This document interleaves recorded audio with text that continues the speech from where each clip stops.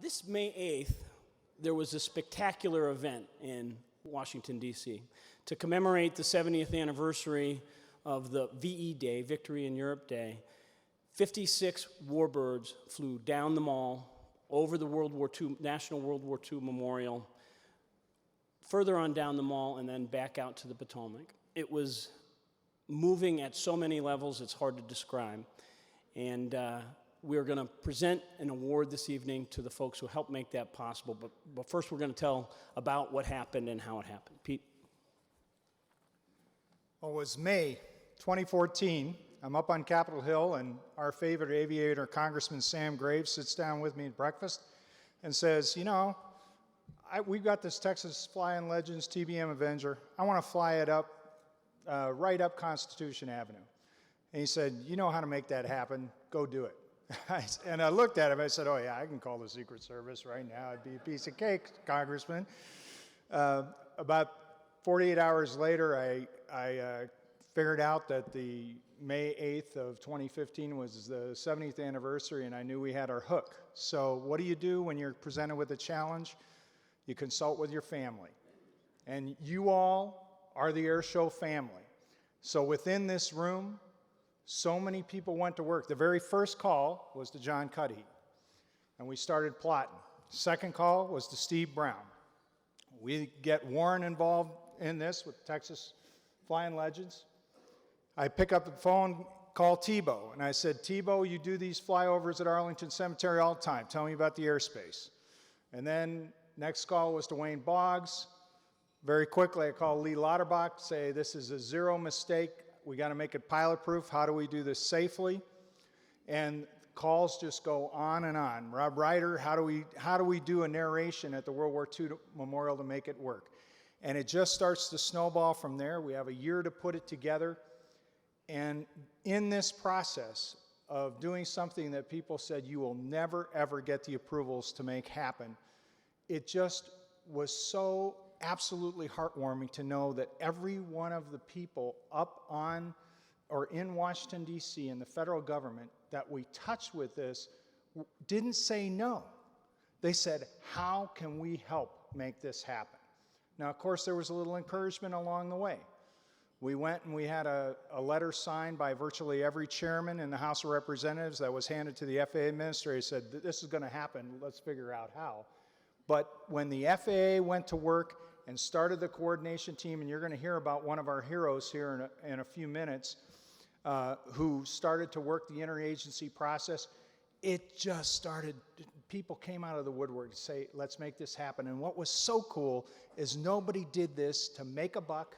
Nobody did this for any other reason than to honor that greatest generation.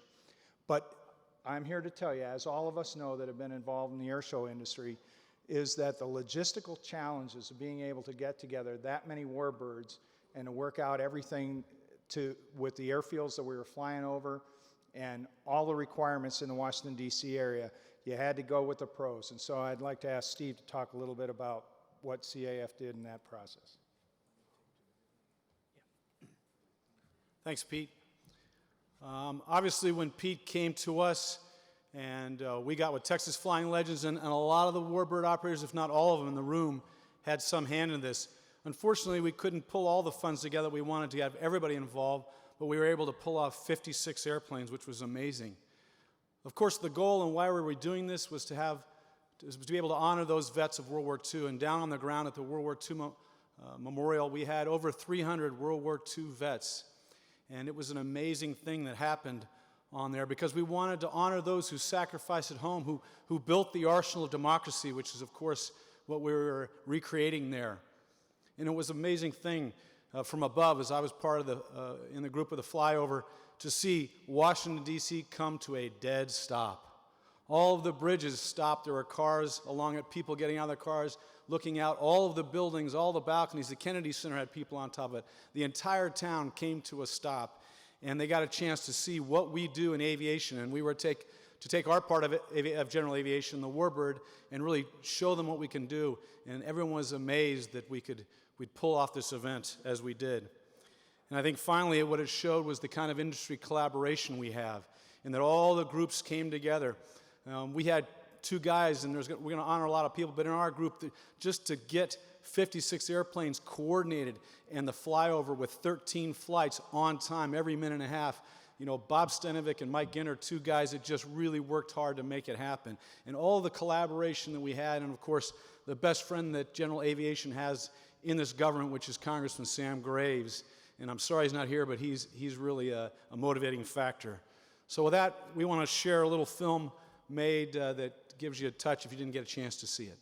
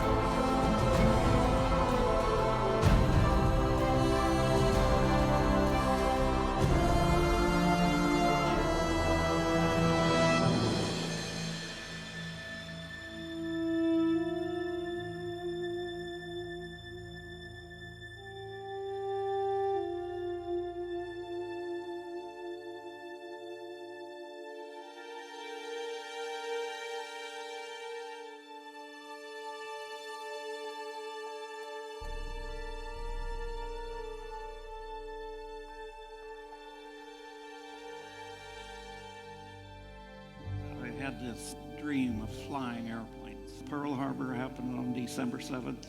2 days later, I was gone. I have to do this. It's in my heart to do it. What I liked about World War II was how we pulled the country together. Talent doesn't come in color or happenstance of birth.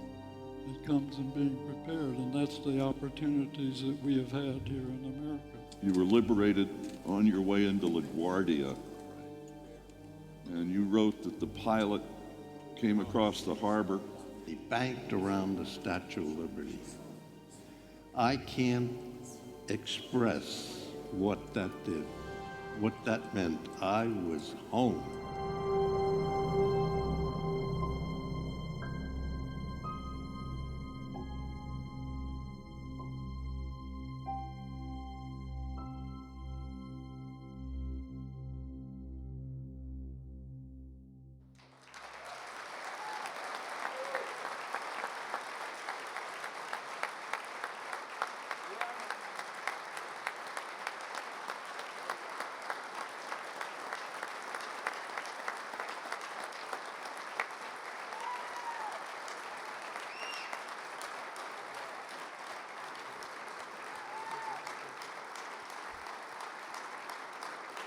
Thank you. First of all, I want to thank all the warbird operators in this room that contributed beyond Texas Flying Legends and the Commemorative Air Force. There were a lot of people that made this happen. And second of all, I want to know how many of you are going to be there when we put 100 warbirds in the air in 2020. We're going to do it bigger, twice as big, twice as many airplanes. We're going to make it happen. So as Pete alluded to, this would not have been possible. In fact, many people said it was impossible until we started contacting our friends in the regulatory agencies, airports, nonprofit organizations, and some veteran warbird operators in the DC area. I'd like to call onto the stage Mike Ginter, Mike Gyron from the Federal Aviation Administration, Holly Rotundi from the Friends of the National World War II Memorial, and Tanya Woodward from the Culpeper Regional Airport.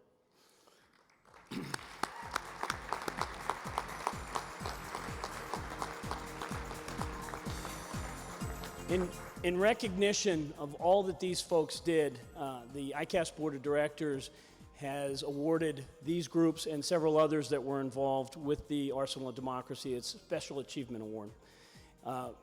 Going through the group, Mike Ginter, if there was anybody who single-handedly made this happen, it was probably Mike. Mike had, in the fall of 2014, had arranged a multi-ship T6 formation down the Potomac in airspace that was sensitive, not quite as sensitive as right down the National Mall, but very sensitive nonetheless. And he had figured out the wickets to jump through, who to talk to in the FAA, the TSA, the Secret Service, what their expectations, restrictions, and regulatory expectations would be.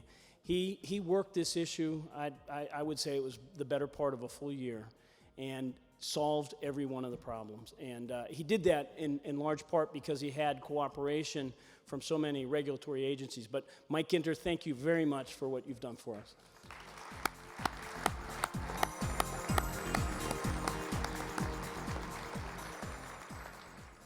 As you can imagine, TSA and the United States Secret Service had something to say about this too.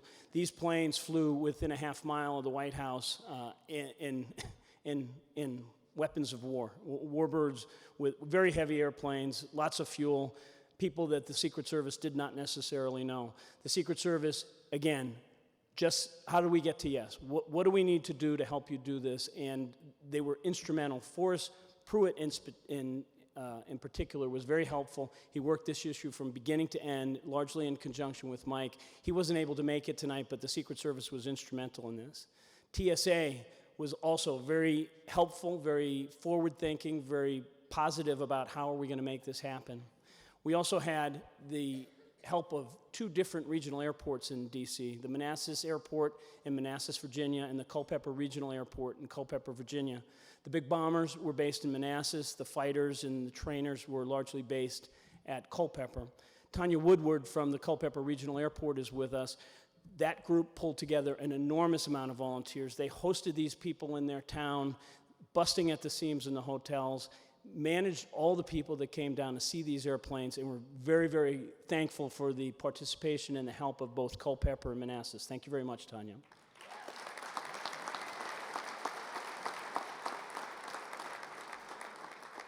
We decided early on that we didn't want to wrestle with all the issues related to crowd management at the National World War II Monument. So early on, we formed a partnership with Friends of the National World War II Memorial. Holly Rotundi is the executive director of that organization. She has done this as recently as day before yesterday for the Pearl Harbor. They are adept at hosting large groups. They know the expectations and the needs of the veterans, and it was only with their help that we were able to host something like 25,000 people in the immediate vicinity of the National World War II Memorial, keep those veterans comfortable, and recognize them in the way that they should be recognized. So thank you very much, Holly.